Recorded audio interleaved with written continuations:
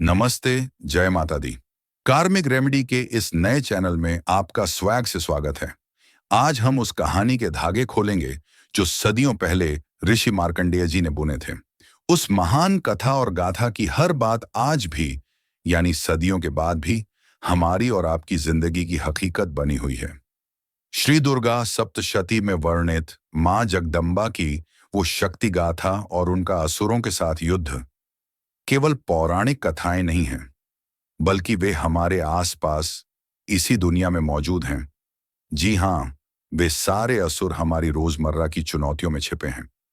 श्री दुर्गा सप्तशती के प्रथम चरित्र में मधु और कैटब जैसे दो भयंकर असुरों का वर्णन आता है।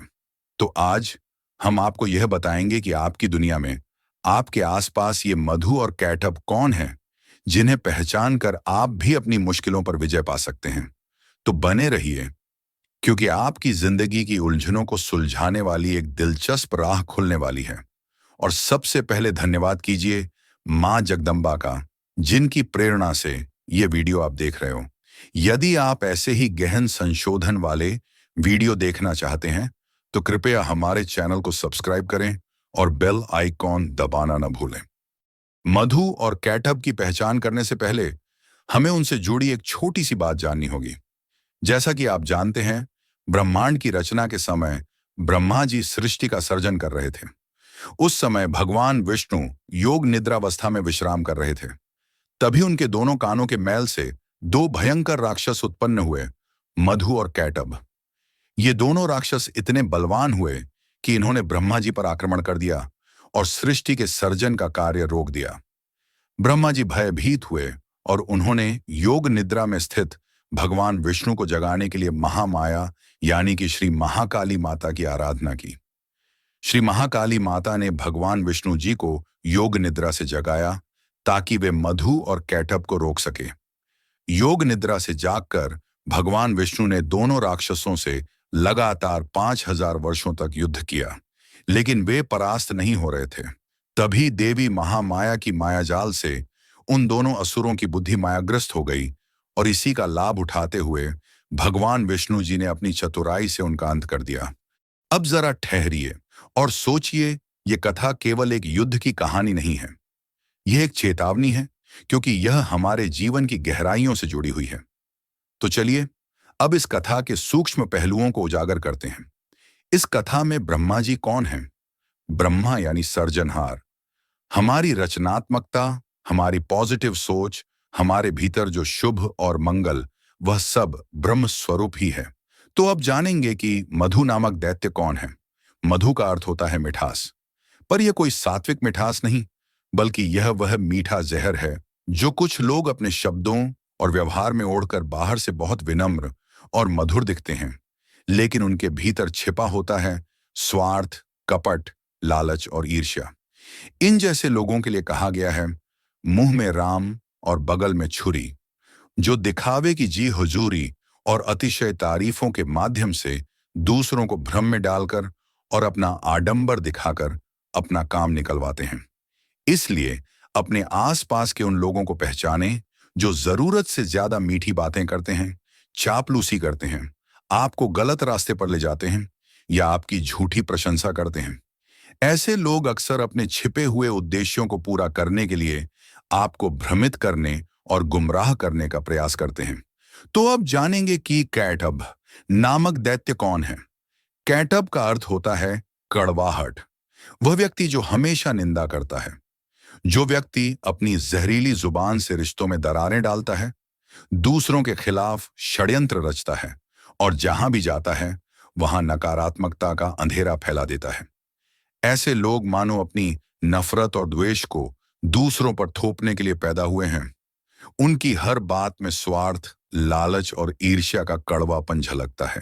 तो अब सवाल उठता है कि ये दोनों यानी मधु और कैटब हमारे जीवन में प्रवेश कैसे करते हैं। दरअसल जब हम अनजाने में बिना सोचे समझे या बिना अपनी विवेक बुद्धि का उपयोग किए ऐसे लोगों की बातों को सुनते रहते हैं या उनके संपर्क में रहते हैं, तो उनकी तृष्णा और घृणा की तरंगें हमारे भीतर प्रवेश कर जाती हैं। ये नकारात्मक ऊर्जाएं हमारे कानों के माध्यम से ही हमारे भीतर प्रवेश करती हैं। धीरे धीरे ये हमारी सोच, भावनाओं और व्यवहार को प्रभावित करने लगती हैं, जिससे हम भी उनकी तरह नकारात्मक और विनाशकारी बन जाते हैं। इसलिए हमें सतर्क रहना चाहिए और ऐसे लोगों से दूर रहना चाहिए जो हमारे जीवन में नकारात्मकता लाते हैं। तो इनसे बचने का रास्ता क्या हो सकता है? ध्यान दें, ब्रह्मा जी जब सृष्टि की रचना कर रहे थे, ठीक उसी समय मधु और कैटब प्रकट हुए थे।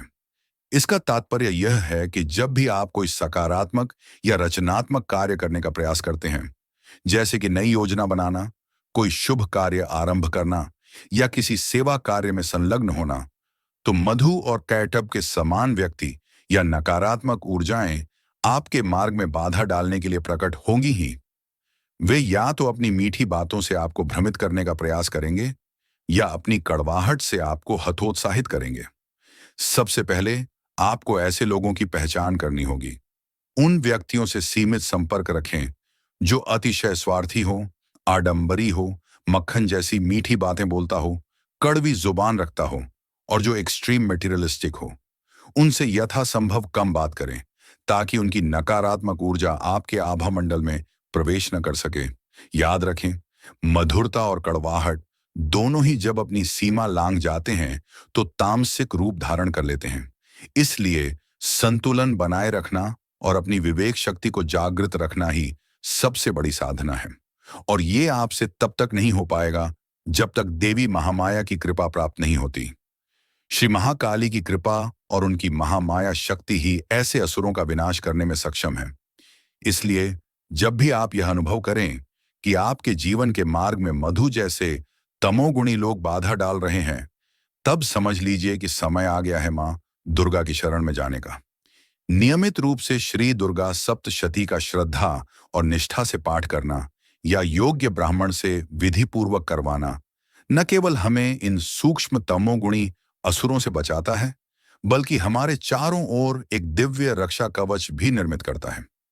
मां जगदम्बा की कृपा से हमारे कानों तक पहुंचने वाली विषैली बातों की तीव्रता मंद हो जाती है और हमारी आंतरिक दृष्टि जागृत होती है, जिससे हम अपने जीवन के मधु और कैटब को पहचान कर उनसे उबरने की सामर्थ्य प्राप्त करते हैं। यही शक्ति हमें भीतर से जगाती है, जैसे भगवान विष्णु जी को योग निद्रा से जगाया था, और मार्ग प्रशस्त करती है और हमारे आत्मिक विकास का आधार बनती है। तो आइए अपने चित्त को मां दुर्गा के चरणों में समर्पित करें और एक ऐसा जीवन रचें जो न केवल तमोगुण से मुक्त हो, बल्कि प्रेम, विवेक और संतुलन से परिपूर्ण हो। और हाँ, हमारे अगले एपिसोड में हम जानेंगे महिषासुर कौन है, ऐसे व्यक्तियों को कैसे पहचाना जाए जो हमारे जीवन में महिषासुर की तरह बाधाएं उत्पन्न करते हैं। क्या महिषासुर सिर्फ एक पौराणिक चरित्र है? नहीं, बल्कि वह हमारे आसपास आज भी मौजूद है। जानने के लिए बने रहिए हमारे साथ। अगर आपके मन में कोई भी सवाल है तो हमें कमेंट में जरूर बताएं। हम आपको सटीक और प्रामाणिक उत्तर देने का पूरा प्रयास करेंगे। आपकी जिज्ञासा ही हमारे लिए प्रेरणा है। तो बने रहिए हमारे साथ। हम बनाएंगे आपकी लाइफ को ब्लॉकबस्टर। तो इंतजार किस बात का? जल्दी से सब्सक्राइब करो, फॉलो करो और पाओ हर एपिसोड में छुपी एक हीलिंग एनर्जी। जय माता दी।